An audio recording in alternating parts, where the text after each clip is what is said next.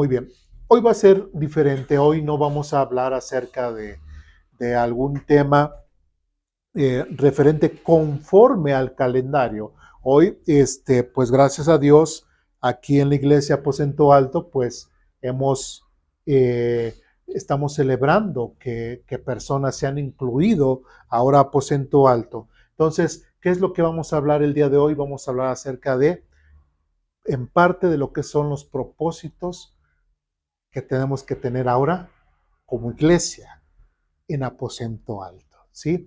Y no es algo que yo me voy a sacar de la manga, no es algo que yo voy a inventarme, ¿no? Pues ahora tienen que hacer esto, no, pues ahora tienen que hacer, no, sino todo tiene que ir conforme, ¿qué? A la Biblia. De hecho, parte del documento que ustedes firmaron, ¿no? Así como me comprometo, pues en parte es prácticamente, bueno, no lo leí, pero que todo pueda ser bíblico, bíblico, bíblico. De hecho, en parte, ¿por qué aceptaron ser parte de Aposento Alto? Porque han considerado que aquí en Aposento Alto la Biblia es expuesta de la forma que ha sido hasta ahora, clara y sin tanto rodeo y sin ningún anhelo de hacer un grupo religioso o secta. ¿Sí? Entonces, vamos nosotros a lo que es el Evangelio de Mateo, capítulo 28. Yo sé que para muchos ya es muy famoso, ya a lo mejor ya han escuchado muchas predicaciones en este sentido, pero les repito, como es tema de la iglesia, como es hoy estamos celebrando que en Aposento Alto se están, ya después de un año que empezamos del año pasado, 22 de enero, que fue nuestra primera reunión aquí, gracias a Dios ha habido gente que se ha añadido y pues hoy se les ha aceptado como miembros. Bueno, Mateo capítulo 28, versículos 16 en adelante. ¿Sí? Dice lo siguiente. Entonces los 11 discípulos salieron hacia Galilea y se dirigieron al monte que Jesús les había indicado. ¿Qué es lo que, ahora sí, recordemos que aquí en Aposento Alto somos muy dados a hablar mucho del contexto? ¿En qué momento nos estamos refiriendo? ¿De qué momento estamos hablando? ¿Qué estaba pasando en este momento tanto con el Señor Jesús como con los apóstoles? ¿Qué estaba ocurriendo? ¿Alguien recuerda? Jesús ya había sido crucificado. Jesús ya había sido crucificado. Entonces, se había manifestado ya a ellos. Muy bien. Bueno, su resurrección ya les dice que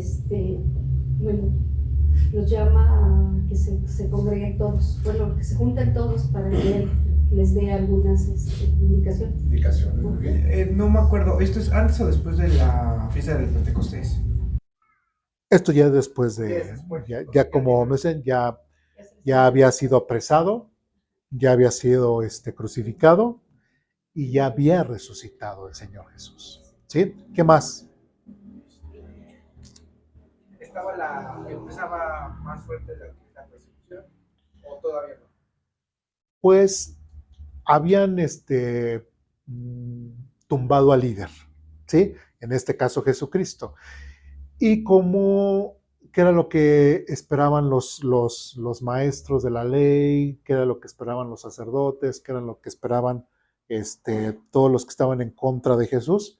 Pues de que sus discípulos se esparcieran y desaparecieran. De hecho, hubo, en el caso de Nicodemo, recuerdan que en ese concilio que hubo, que dijo, déjenlos, sí, porque ya se había levantado tal, y cuando se mató al líder, se difuminó su grupo y ya. Entonces, eso era lo que esperaban que ocurriera con los discípulos de Jesús. Una vez muerto Jesús, ya. Pero bueno, para este entonces, aquí en Mateo, ya el Señor Jesucristo, ya durante cuántos días, después de la resurrección, dice en Hechos que el Señor Jesucristo estuvo durante cuántos días, durante 40 días mostrando y demostrándoles que Él había resucitado.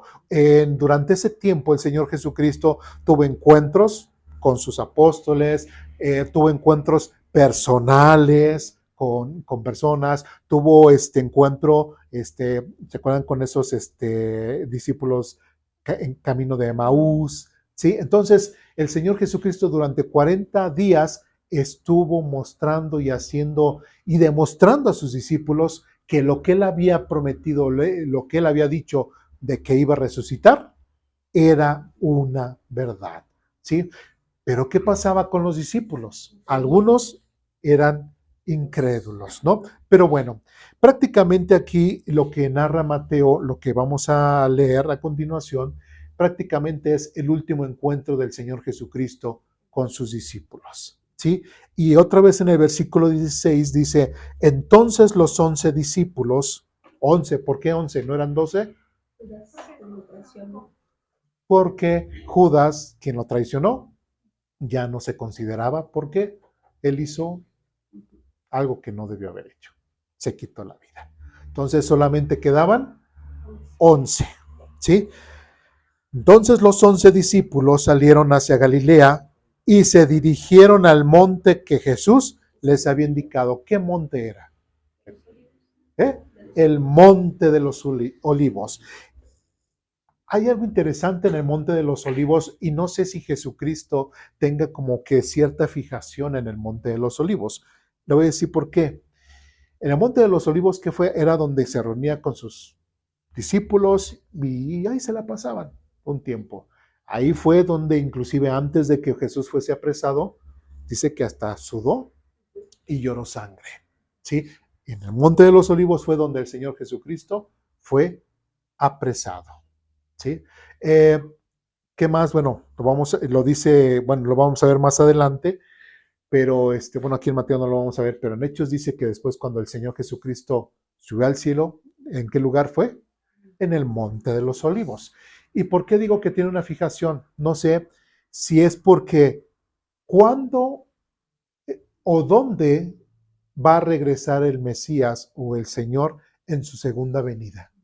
En el Monte de los Olivos. ¿Y eso dónde lo dice? Lo dice en Zacarías. Entonces, él siendo Dios, conociendo la ley, conociendo los profetas, es obvio que todos sabían o saben que el Mesías en el futuro va a regresar y va a poner su pie sobre el Monte de los Olivos. ¿Sí? Eso es algo en lo cual no sé si para Jesús era como un bueno, ahorita me van a apresar aquí en el Monte de los Olivos, pero en un futuro yo voy a venir otra vez al Monte de los Olivos, pondré mi pie, pero ya será en mi segunda venida. ¿Sí me explico? Entonces, no sé si pudiera, no sé, nada más yo me imagino sabiendo el futuro, pero en cuanto al Monte de los Olivos donde iba a llegar, pero al mismo tiempo decir, pero pues todavía no. Ahorita me toca ser juzgado, ser apresado, sufrir esta amargura en el Monte de los Olivos. Después de la resurrección, nuevamente el Señor Jesucristo les indica a sus discípulos y les dice que se dirigieran al Monte de los Olivos, y ahí fue donde el Señor Jesucristo les indicó. En el versículo 17 nos dice algo que realmente a lo mejor para muchos sería difícil de creer, ¿sí? Porque muchas veces podemos tener falsos conceptos o falsas como expectativas, inclusive hasta de los mismos apóstoles. ¿A qué me refiero? Dice versículo 17, cuando vieron a Jesús, lo adoraron y después dice, pero algunos de ellos dudaban, ¿sí? Ya durante 40 días nuevamente el Señor Jesucristo había probado que Él había resucitado, que Él era el Mesías, que Él era realmente aquella persona a la cual el Señor, Dios Padre, lo había enviado. Tanto que, como dice aquí el versículo 17, cuando lo vieron, lo adoraron. ya lo adoraron como ese Mesías, lo adoraron como ese Dios, lo adoraron. Si recordamos lo que vimos la semana pasada, escuela dominical, después de que el Señor Jesucristo dijo unas palabras muy duras y toda esa multitud se fue, volteó con sus discípulos y ¿qué les dijo? Ustedes también se quieren ir, ¿sí? ¿Y qué contestó Pedro? Pero ¿a dónde iremos, Señor?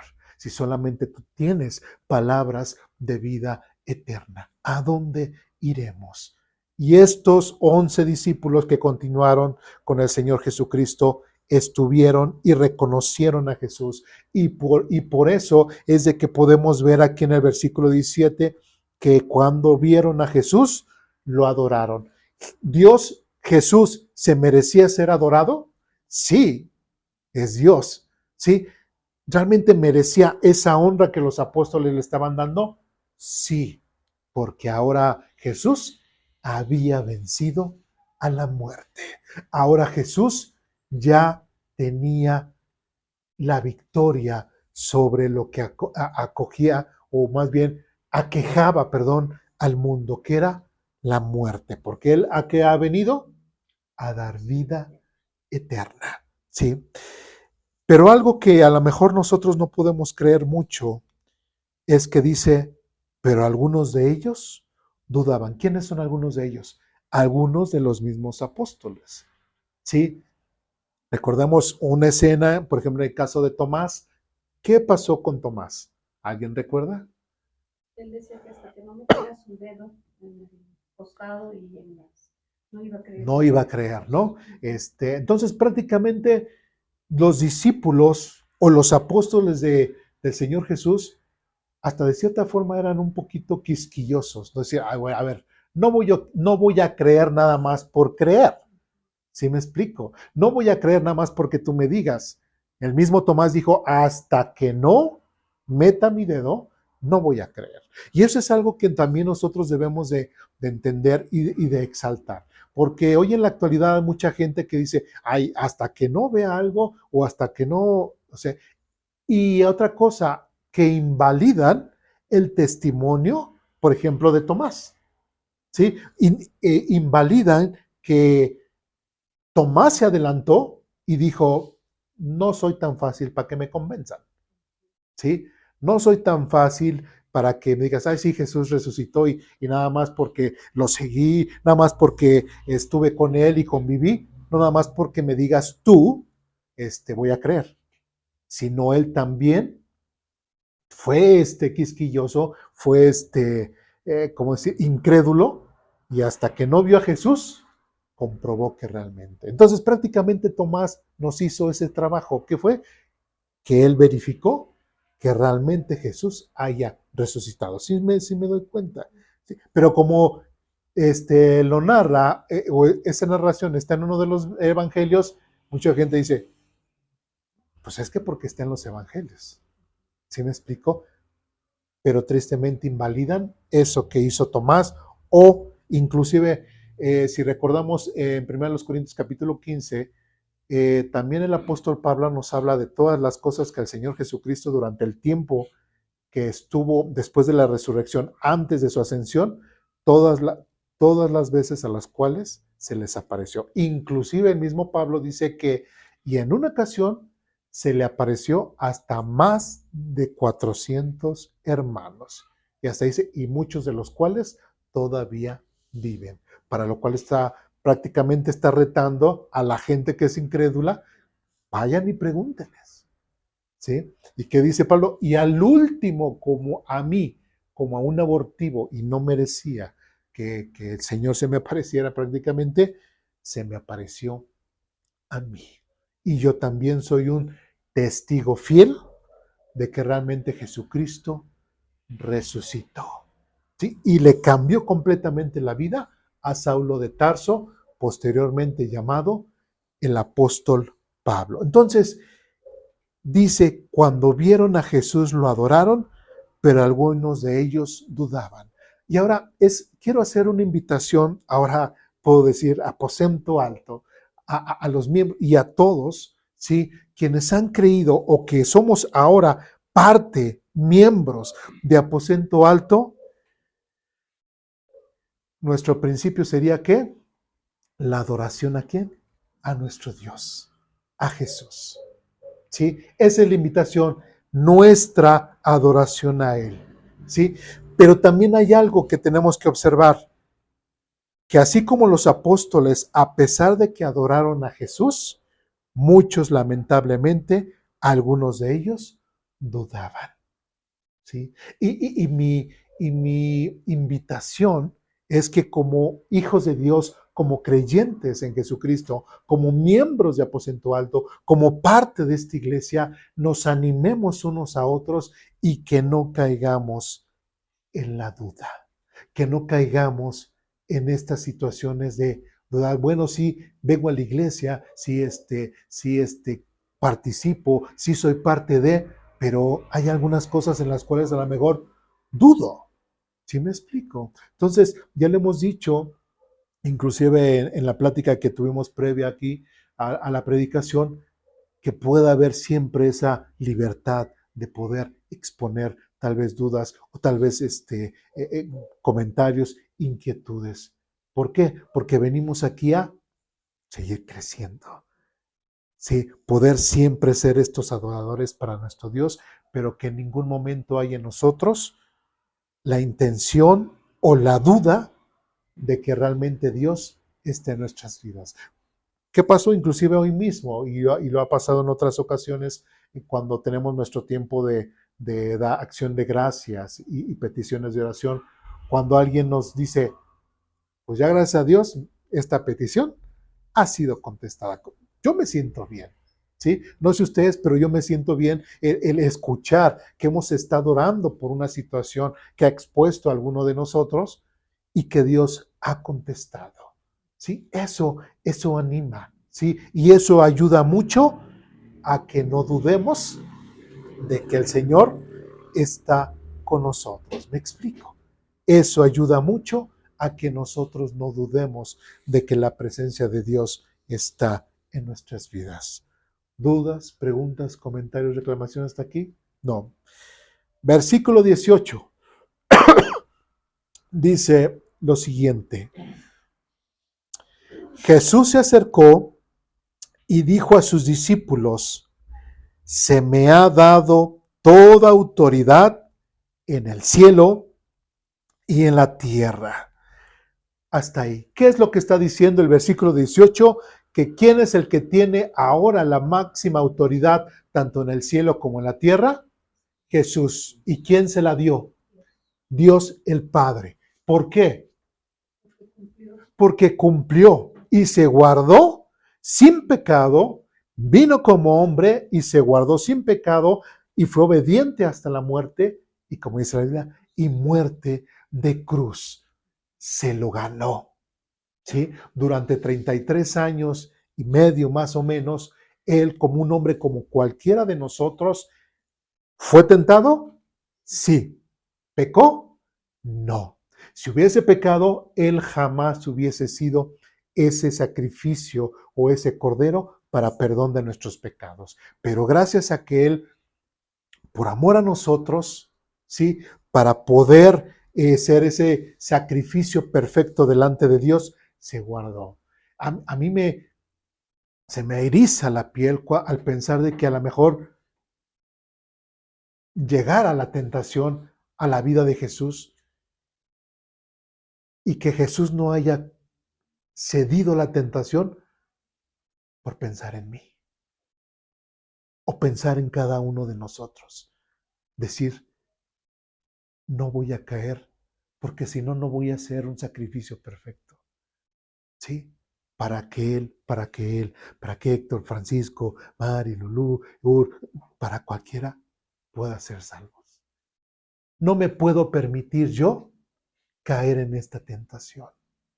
No me puedo permitir yo manchar mi santidad, ¿sí? Para que ellos no puedan alcanzar lo que han esperado. ¿Sí me explico? Sí, eso me hace mucha mella en mi corazón, me lleva a reflexionar mucho más sobre cuánto Dios nos ha amado. Y otra vez, dice que se le ha dado toda autoridad en el cielo y en la tierra. En otras palabras, cuando hablamos de la autoridad, dice que es la facultad de ejercer el mando y la toma de decisiones en una empresa o institución.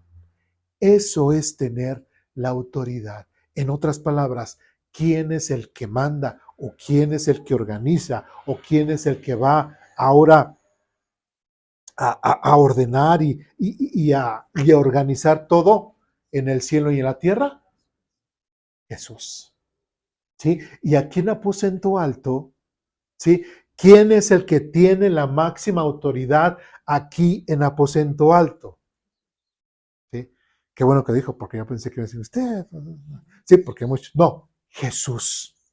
¿Sí? En otras palabras, aquí en aposento alto, si no gobierna Jesús, no somos iglesia. ¿Sí?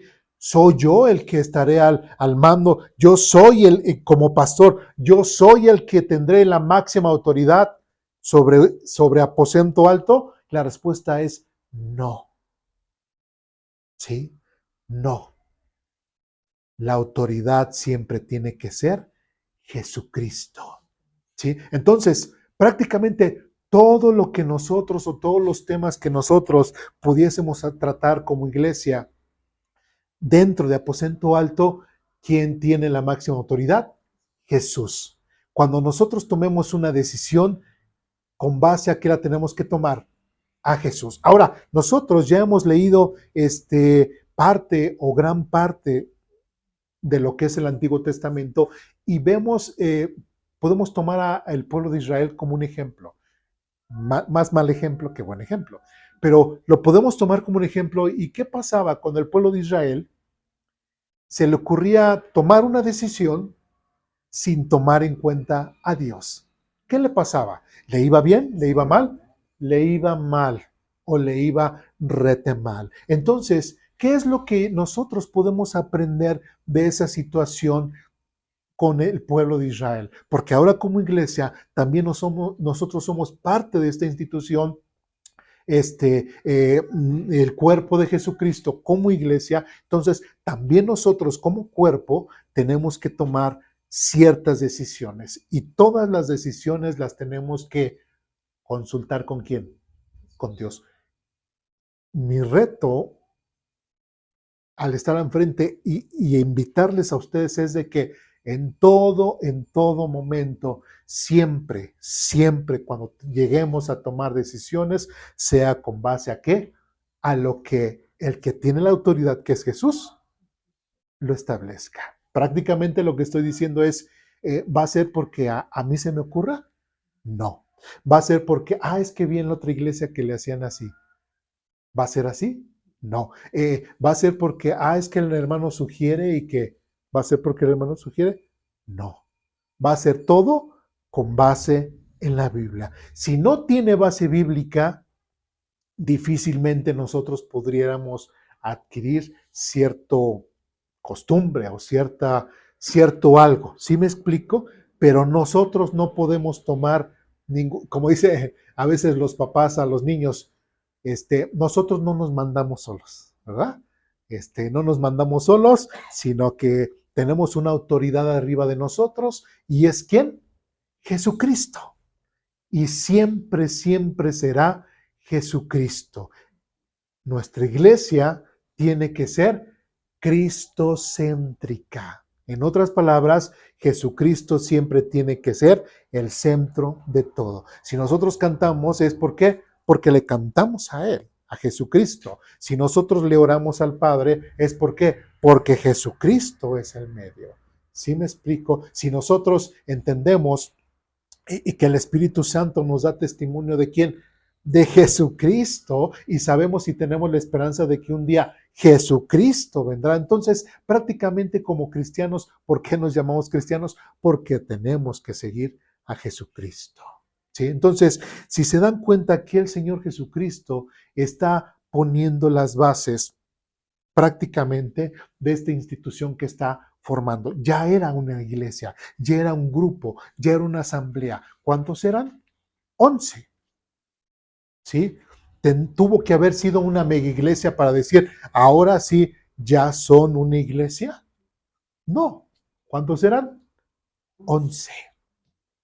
Y ya eran considerados iglesia. Inclusive, por eso insisto y digo que somos iglesia, ¿sí? Porque hay un concepto que se llama lo que es iglesias y misiones. ¿Sí me explico? O sea, las que son ahí donde se congrega la gente, pero es chiquito, hay poquita gente, se le dicen misiones. Sí, pero en iglesias más grandes se le dice, esas sí son iglesias. La pregunta es, ¿dónde está? ¿Dónde está en la Biblia que me digan una misión? ¿Sí? Sin en cambio, vemos, por ejemplo, perdón, muchos en las despedidas del apóstol Pablo, después de sus epístolas, que dice, y salúdame a la iglesia que está en tu casa, y salúdame en la iglesia que está en la casa de, y salúdame, ¿sí? En ese tiempo las iglesias, ¿eran qué? Domésticas, ¿sí? Y ahí podemos entender muchas veces, como paréntesis lo menciono, porque a veces vemos que participan mucho las mujeres, ¿sí? Dentro de esas iglesias domésticas. ¿Por qué? Pues porque era la esposa de que en ese momento era el pastor. ¿Estaban en dónde? En su casa. ¿Sí? Por eso es era la mujer la que participaba más, era la que se movía y todo. ¿Por qué? Porque era en su casa. ¿Sí me explico? Tenía ese tipo de organización. Pero todas eran, aunque fueran en su casa, se consideraban iglesia. ¿Sí? Porque aquí este pasaje que se le llama, o estos pasajes que estamos leyendo, que todavía no acabamos de leer, este pasaje se le llama, ¿cómo que es? La Gran Comisión. ¿Sí me explico? Y la Gran Comisión se le ha dado, y nosotros lo entendemos ¿a quién? A la iglesia. ¿Pero cuántos estaban aquí? 11. 11. Entonces, el concepto de iglesia, tristemente, para muchos, se ha desvirtuado. De hecho, me acuerdo cuando trabajaba en una librería cristiana, le decían a uno de, pues había pastores de muchos lados y todo, y y a un compañero de trabajo le decían el misionero, ¿sí? Porque decían es que a él le entregan una mega iglesia y las convierte en misiones. O sea, lo decían así de broma, ¿no? Sí, pero otra vez repito, no existe ese concepto de misión. O sea, misiones de ir y hacer la obra misionera, eso sí, me explico, eso sí. Pablo fue misionero, apóstol, los mismos apóstoles fueron misioneros, inclusive la palabra apóstol que es enviado fuera, eran misioneros, pero así el grupo, o sea, la palabra iglesia viene del griego eclesia, ¿sí? Que significa asamblea, ¿sí? Un grupo de personas que se reúnen para tal fin, para ponerse de acuerdo en tal fin. ¿Sí me explico? Entonces, eso sí está en la Biblia, el concepto iglesia, pero el concepto misión no existe en la Biblia. Si alguien tiene algún texto, ahora sí que lo muestre, ahora o que calle para siempre. No es cierto. No, pero sí, que podamos entender que nosotros nos podemos considerar como iglesia. ¿Sí? De hecho, algo que a lo mejor muchos desconocen, pero cuando se envían misioneros, por ejemplo, a lo que es el Medio Oriente o países musulmanes, las iglesias más grandes que podemos encontrar en cuanto a miembros son de entre 7 y 5 personas. ¿Por qué? Porque son países donde son perseguidos, porque es más, no cantan cantos como los que nosotros cantamos. ¿Por qué? ¿Qué pasa? Si el vecino escucha, lo denuncia y a la muerte. ¿Sí me explico? Entonces, con trabajos pueden ellos tener una Biblia, pero aún así buscan la forma de reunirse No tienen que ser muchos, porque si no, también se evidencian en esa situación. Entonces, ellos nada más por ser 4, 5, 6, 7 personas, ¿no pueden considerarse una iglesia? Claro que no. Claro que sí. Pueden considerarse iglesia. ¿Sí? ¿Qué decía el Señor Jesucristo?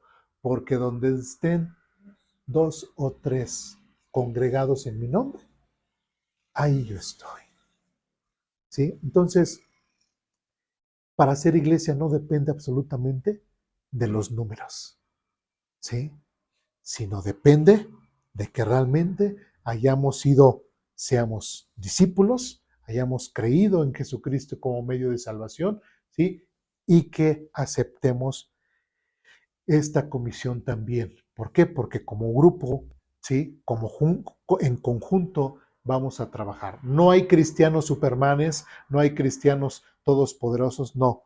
Todos necesitamos de todos. De hecho, cuando vamos a hablar después, más adelante, de lo que son los dones, ¿sí? O los ministerios, también es importante ver ese tema porque son parte de las funciones que debe de haber o que hay dentro de una iglesia. Y cada quien tiene una función principal. ¿Y es para qué? ¿Para beneficio propio? No, es para administrarlo hacia los demás hermanos. ¿Dentro de dónde?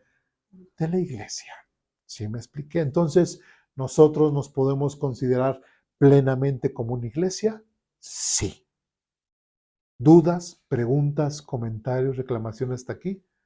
¿No? Bien. Entonces, tenemos que entender, o creo que tenemos que entender, aposento alto, que el único que puede mandar sobre nosotros es Jesucristo. No María Guadalupe, ¿sí? No Judas, no absolutamente nada. La máxima autoridad que hay sobre nosotros es Jesucristo, porque ¿a quién se le dio la autoridad?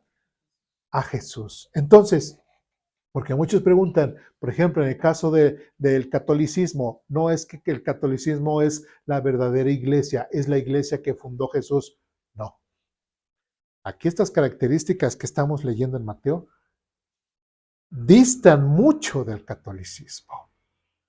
¿Sí? Le quitan completamente la autoridad a Jesús. Y cuando una institución eclesiástica le quita la cabeza y la autoridad a Jesús, ya no es cristiana. ¿Sí? Y el catolicismo inició hasta el siglo IV. Y aquí estamos hablando apenas del primer siglo. 3 siglos después surgió la Iglesia Católica. Esta es la Iglesia cristiana, que no tiene que ver con el catolicismo. ¿Sí me explico? ¿Sí? Entonces, aquí el Señor Jesucristo dice, se me ha dado toda autoridad en el cielo y en la tierra. Y otra vez entendamos que el único que tiene autoridad sobre nosotros tampoco es el Papa, sino es Jesucristo. ¿Sí? ¿Dudas, preguntas, comentarios, reclamaciones? ¿No? Bien. Versículo 19 dice, otra vez, por tanto, ahora ese por tanto es algo bien interesante, porque ¿qué fue lo que dijo previamente? ¿Quién tiene la autoridad? Jesús. Jesús está diciendo, yo soy el que tengo la autoridad. Por tanto, vayan y hagan discípulos a todas las naciones. Ahí está lo que es la obra misionera. Y la obra misionera, ¿qué es lo que tienen que establecer? Perdón, iglesias, no misiones, iglesias. ¿Sí me expliqué? Entonces, hay algo interesante aquí en el griego con esta palabra que dice, vayan y hagan discípulos. En la versión 60 dice, id y hacer discípulos. Lo hacen de una forma imperativa. Pero en griego esta palabra, ¿sí? Es en el vocablo o en el sentido que lo está dando es en el trayecto en el que tú vas caminando, vas haciendo discípulos. ¿Sí me explico? Prácticamente es en el día a día de tu vida, en el día a día de tu andar, de tu vida como cristiano, tienes que compartir el evangelio. ¿Para qué? para ser discípulos. ¿Sí? Porque muchos dicen, yo acepté el reto del Señor cuando me dijo que fuera. Y ya. Pero, por ejemplo, las mujeres pueden decir que pueden ser amas de casa, que no son misioneros, o a lo mejor que no estudiaron teología o algo así. ¿Sí? Habla con su vecina, le habla de Cristo a la otra persona y todo, en su andar, en su vida diaria. ¿Están haciendo qué? Discípulos. Y están haciendo la obra misionera. No necesitamos, el cristiano aposento alto no necesita tener aquí hoy, grandes teólogos, ¿no? No, si no eres graduado de un seminario, pues es más, ni puedes salir a predicar. No puedes dar clase. ¿Sí me explico? No. ¿Sí? Y hay gente que puede tener todos esos títulos, pero son muy malos maestros o distorsionan inclusive lo que dice la Biblia y están completamente alejados. Y ellos viven más con sus títulos, más con su arrogancia, más con su altivez, que con una humildad que un verdadero hijo de Dios debería demostrar. ¿Me explico? Entonces, dice, por tanto, vayan y hagan discípulos. ¿A dónde? A todas las naciones. Inclusive ahí es algo bien interesante, porque si nosotros recordamos cuando el año pasado vimos un poco de Hechos, ¿qué pasaba con estos 11 que recibieron este mandato? ¿Hasta qué momento le hablaron de Cristo al pueblo gentil? Es más, prácticamente fueron hasta obligados, ¿sí? Porque ellos, ¿qué era lo que hacían? ¿A quiénes hablaban de Jesucristo? Solamente a los judíos.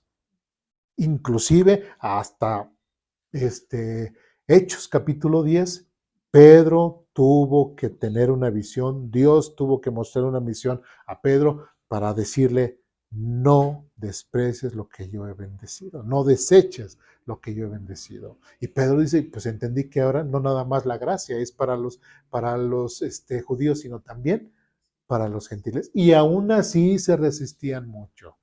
¿Sí? Y aún así vemos, por ejemplo, en Gálatas, en donde el mismo Pablo dice y narra cómo le echó en cara su hipocresía al apóstol Pedro. ¿Por qué? Porque cuando pues convivía Pedro con quienes, con los gentiles, pues entraba a su casa, comía con ellos, mucho jijiji, mucho jajaja. Pero en el momento que veía venir a estos hermanos de Jerusalén, que eran judíos acérrimos, Pedro decía, uy, me salgo, ¿sí? Y como que hago de cuenta, pues que ni los conozco o que yo no entro. ¿Por qué? Porque tristemente muchos cristianos o discípulos de Jerusalén, cuando, entre comillas, supervisaban, ¿sí? Imagínense, supervisando a Pedro, supervisaban la obra de Dios, Pedro se sentía, no, pues es que ¿qué tal si me dicen algo?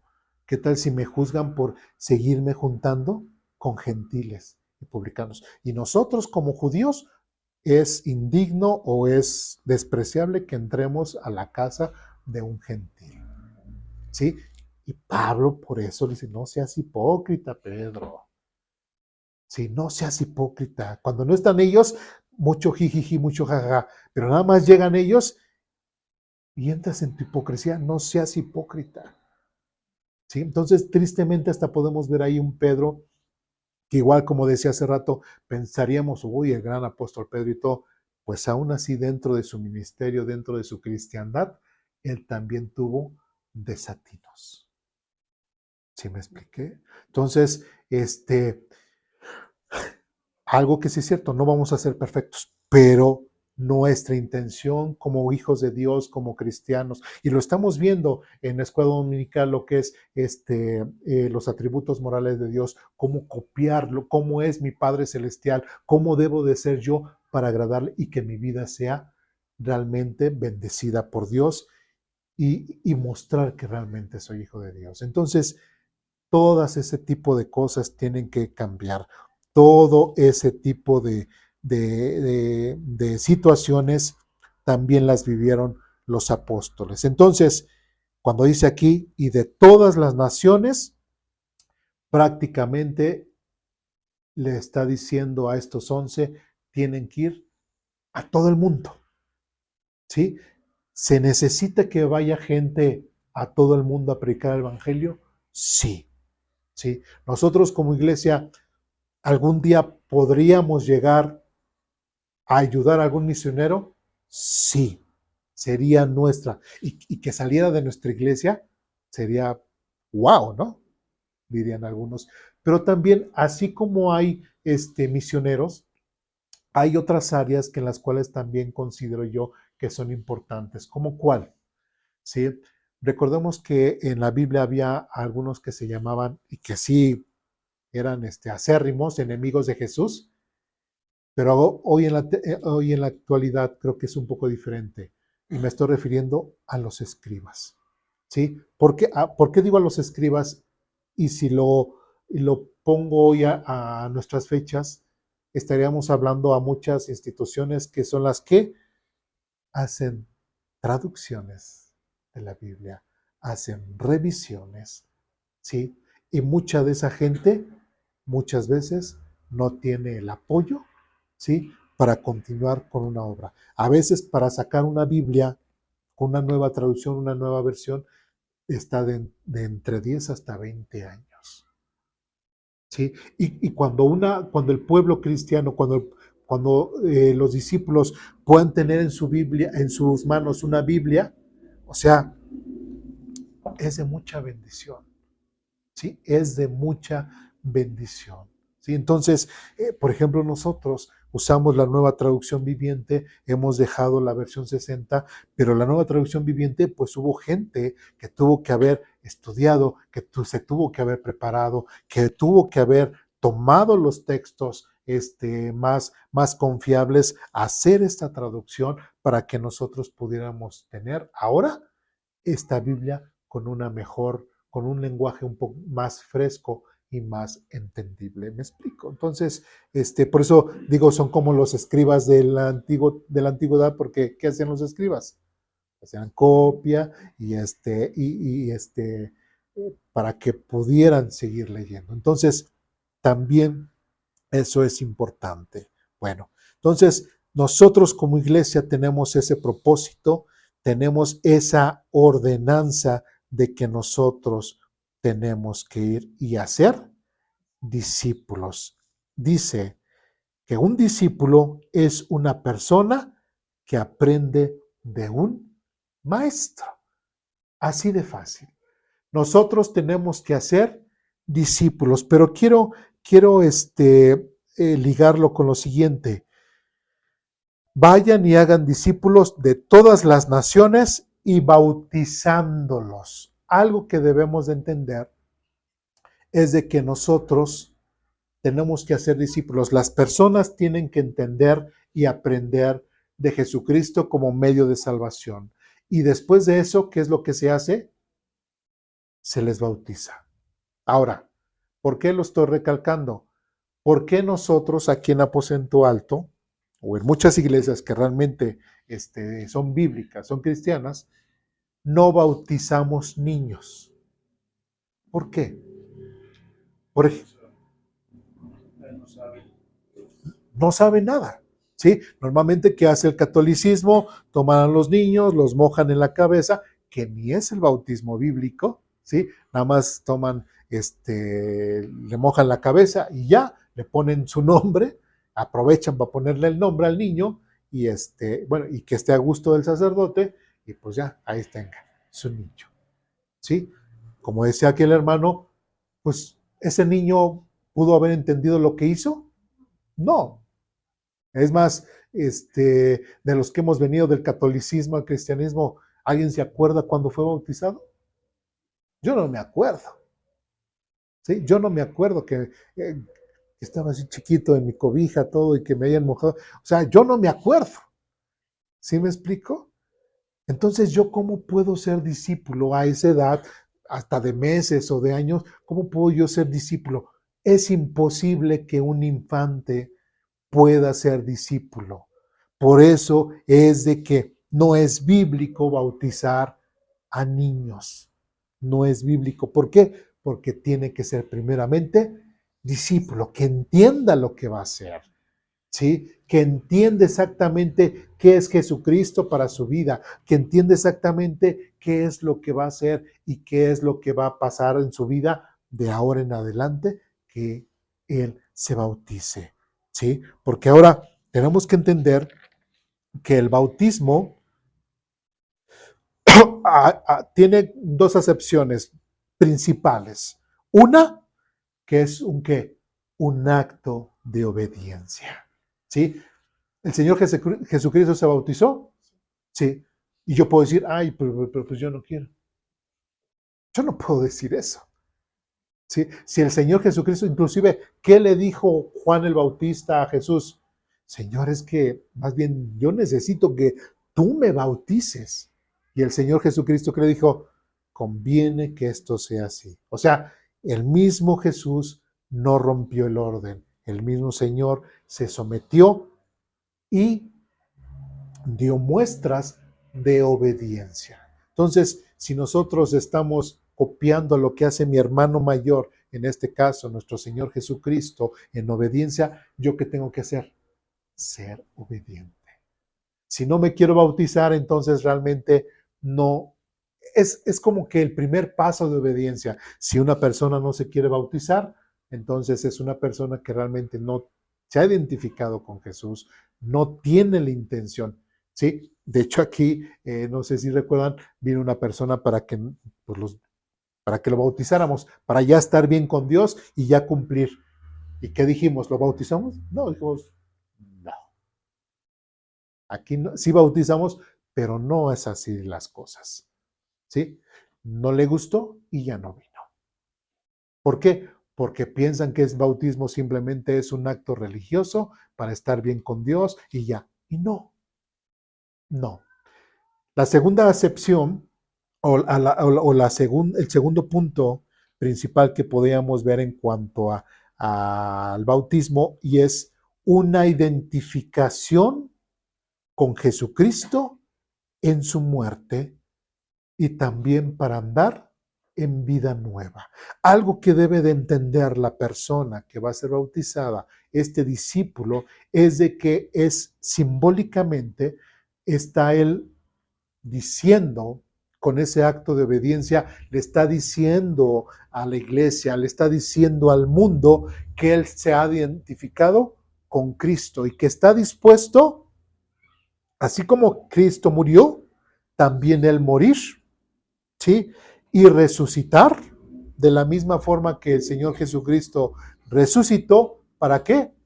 Para andar en vida nueva, ¿sí? Una simbología importantísima en las mentes y en las mentes de las personas y que entiendan que esta identificación con Jesucristo es muy, muy importante. Y de hecho, vamos a Romanos capítulo 6.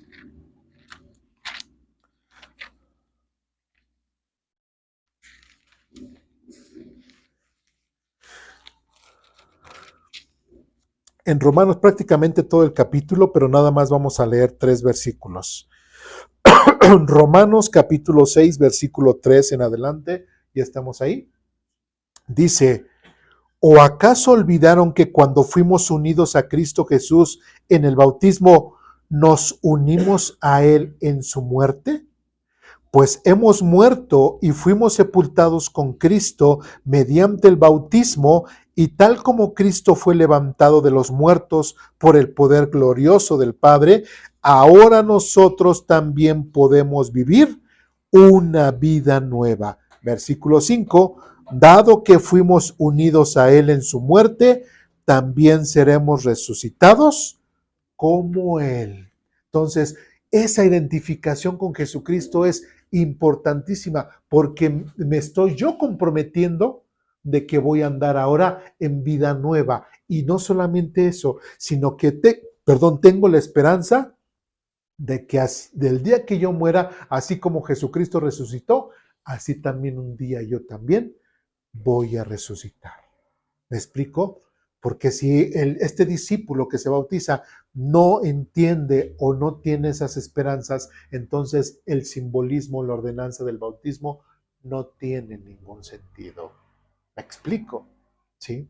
Y por ejemplo, en las personas que se les va a bautizar o ¿qué es lo que se tiene que hacer? Se les tiene que preparar bien y que entiendan perfectamente cuál es el simbolismo y cuál es la importancia del bautismo, que todo discípulo de Jesucristo debe de llevar a cabo. ¿Sí? Y de hecho, ahí vemos en Hechos que tanto Pedro y los demás apóstoles, después de que la gente era bautizada, ¿qué decía? Eran añadidos ¿a qué? A la iglesia. ¿Sí? El bautismo los hacía parte de la iglesia, de esa asamblea, de ese grupo congregado, ¿sí? Para alabanza y gloria de Dios. Algo que también es importante. En el versículo 19 dice lo siguiente: por lo tanto, vayan y hagan discípulos de todas las naciones, bautizándolos, ¿qué? En el nombre del Padre y del Hijo y del Espíritu Santo. Algo que es bien, bien importante es de que cuando una persona es bautizada, tiene que ser bautizada en el nombre del Padre, del Hijo y del Espíritu Santo. Y esto no es una meramente formulismo, ¿cómo decirlo? Litúrgico, ¿sí? Algo que nosotros hemos visto desde que vimos Génesis es de que Dios, cuando decimos, y en la Biblia, en el idioma original dice Elohim, ¿a qué nos estamos refiriendo? A este Dios plural, ¿sí? Si nosotros nos quedáramos, bueno, la Biblia nos dice que Elohim o Yahvé Elohim es un Dios plural. ¿Cuántos son? ¿Sí? Por lo menos aquí Mateo me está diciendo que son 3. ¿Sí? Si nosotros regresáramos, bueno, o más bien fuéramos al Evangelio de Juan, ya vimos esa cita, capítulo 14, y otras citas más adelante, que dice que Jesús y el Padre son uno, ¿sí? Y que el Padre enviará el Espíritu de verdad y que aquel que recibe al Hijo recibe al Padre y que también recibe al Espíritu Santo. Prácticamente también ahí nos está diciendo cuántos son. 3. Entonces aquí en esta nombramiento en cuanto al bautismo, que dice que tienen que ser nombrados en el nombre del Padre, bautizados, perdón, en el nombre del Padre, del Hijo y el Espíritu Santo, también es un reconocimiento a que Dios en su totalidad, ¿sí? Con las 3 personas de Dios, son nombradas. ¿Por qué? Porque las 3 personas participan en la redención de la persona, ¿sí? ¿Quién fue el que dio las promesas de salvación? El Padre. ¿Quién es el que ejecutó, ¿sí? Y se entregó? El Hijo. ¿Quién es el que ha sido y nos ha marcado, ¿sí? Como propiedad de Dios? El Espíritu Santo. Sería injusto no mencionar que cuando el discípulo se está identificando con Jesucristo, ¿sí? Para andar en vida nueva, prácticamente también está diciendo, le he creído al Padre, ¿sí? He creído en Jesucristo como medio de salvación, ¿sí? Y ahora estoy siendo guiado por el Espíritu Santo. Por eso es importante que discípulos sean bautizados o el bautismo sea en el nombre del Padre, del Hijo y el Espíritu Santo, porque ellos son los que tienen la máxima autoridad. ¿Sí? Ellos son los que tienen la máxima autoridad. Por ahí hay un grupo llamado Los Solo Jesús, ¿sí? Y este grupo llamado Los Solo Jesús, que dicen, no, es que miren Hechos, fíjense cómo lo dicen. En Hechos dice, pues, y bautizaron en el nombre de Jesús. Y bautizaron, y van a otra cita, y bautizaron en el nombre de Jesús. Y van a otra cita y bautizaron en el nombre de Jesús.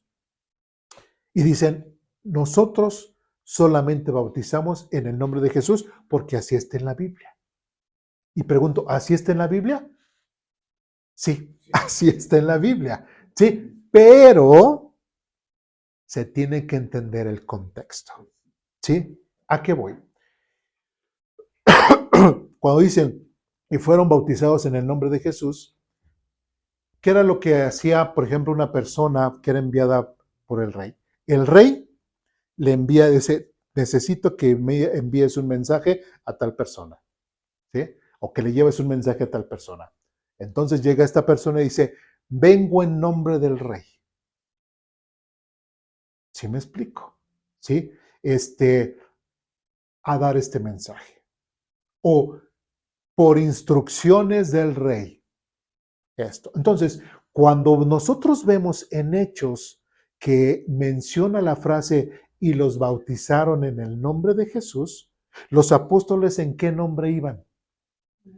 En el nombre de Jesús. ¿A quién se le dio toda la autoridad? A Jesús. Entonces, cuando los apóstoles, por eso es que Jesús dice, se me ha dado toda autoridad en el cielo y en la tierra. Y dice, por lo tanto, ¿sí? Porque también los fariseos, los saduceos y los escribas, cuando le preguntaban a Jesús, ¿y con qué autoridad lo haces esto? ¿Sí? Y que decía Jesús, pues si ustedes me contestan con qué autoridad Juan hizo esto, les contesto. Dicen, ¿qué autoridad? Entonces, por eso los discípulos, como Jesús les dijo que él había recibido toda la autoridad y que él era el que los estaba enviando, por eso es que en Hechos vemos que dice, y ellos bautizaron en el nombre o con la autoridad que les estaba dando. ¿Quién? Jesús. Pero cuando ellos iban con la autoridad para bautizar, ¿de qué forma lo hacían? En el nombre del Padre, del Hijo y del Espíritu Santo. ¿Me explico? ¿Sí? Ahora, no me voy a meter en este rollo, pero bueno, voy a mencionar algo. Si nosotros dijéramos, ¿a quién le voy a creer más? ¿A Mateo? ¿Quién escribió Hechos? Lucas. Mateo fue apóstol. Lucas no, ni conoció a Jesús, ni escuchó las palabras de Jesús. Entonces, ¿a quién tendría yo más validez para hacerle más caso? ¿A Lucas o a Mateo? A Mateo. ¿Sí me explico? Pero no se contradicen. ¿Sí? Lo que estoy diciendo es que se complementan. Y que los discípulos, otra vez, cuando en Hechos menciona que ellos van en el nombre de Jesús, es por la autoridad que Jesús les ha dado a ellos, de ir y hacer discípulos y bautizar. ¿Sí? Entonces, eso de que bautizamos solo en el nombre de Jesús porque así está en la Biblia, pues está descontextualizado y no han leído la Biblia en su contexto como debe de ser. ¿Sí me explico? ¿Sí? ¿Dudas, preguntas, comentarios, reclamaciones hasta aquí? ¿No? Nada más tantito de contar. Fuimos la otra vez a un bautizo de Miriam Lourdes. De Miriam, lógicos que decimos lógicos, de la sobrina. Agarra y dice el sacerdote y lo... Ay, En este momento se va a hacer el exorcismo. se va a hacer el exorcismo. Se va a exorcizar a este niño ya. Bueno, ya aumentaron sus... Sí, ya varias cosas. Yo por eso creo que hay que estar atentos a tantas cosas que sacan. Sí, ¿Cómo exorcizarlo? pues que tiene un Y demonio. después, ay, qué bonito leerlo, ¿verdad? Qué bonito. O sea, las personas católicas, ¿no? Que porque esto, lo otro, cosillas ahí. Ay, qué bonito habló, ¿verdad? Qué bonito el padre. Nosotros nada más. Pues sí. Tristemente, pues abogan a lo emocional, a frases bonitas, a hacer un buen show, pero pues Biblia, pues tristemente no lo hacen así. Sí, muy bien. Bueno, entonces dice, bautizándolos en el nombre del Padre, del Hijo y del Espíritu Santo. Y versículo 20 dice lo siguiente, enseñen a los nuevos discípulos a obedecer todos los mandatos que les he dado. Durante 3 años y medio los apóstoles estuvieron conviviendo con Jesús. ¿Y qué fue lo que les enseñó Jesús? ¿Jesús habrá citado varias veces el Antiguo Testamento? Sí. Entonces, ¿a estos discípulos se les va a enseñar el Antiguo Testamento? Sí. ¿Y por qué? Porque desde el Antiguo Testamento se promete ¿qué? La venida del Mesías. ¿Sí? ¿Qué más les enseñó Jesús a sus discípulos? Que Él era ¿qué? El camino, la verdad y la vida. Eso también tenemos que enseñar. Algo que vimos también la semana pasada, que Jesús decía que Él era ¿qué? El pan de vida, el pan del cielo. Y que cualquiera que no coma de este pan o beba de este vino, no puede disfrutar de la vida eterna. ¿Qué más enseñó Jesús? ¿Qué otra cosa recuerdan que enseñó Jesús? Es el agua viva, el agua viva. El agua viva, bien. ¿Qué podemos hablar del tema del amor? ¿Sí? Entre nosotros, ¿cómo nos debemos de tratar? Con amor. ¿Sí?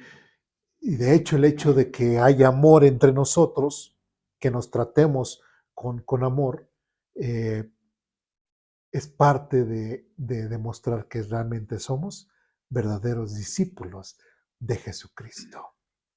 ¿Sí? ¿Habrá enseñado Jesús acerca de las cosas futuras? Sí. Sí, de hecho, aquí mismo Mateo, unos capítulos antes. Entonces, prácticamente todo lo que hemos visto, o sea, podemos decir, pues ya acabaste tu discipulado, tus 12 clasecitas o 9 clasecitas, y ya. No, ¿sí? Normalmente para no fabricar, sino hacer un discípulo, siendo, fíjense, el maestro de maestros, el perfecto maestro, el más espiritual, el que lo sabía todo, se tardó 3 años y medio.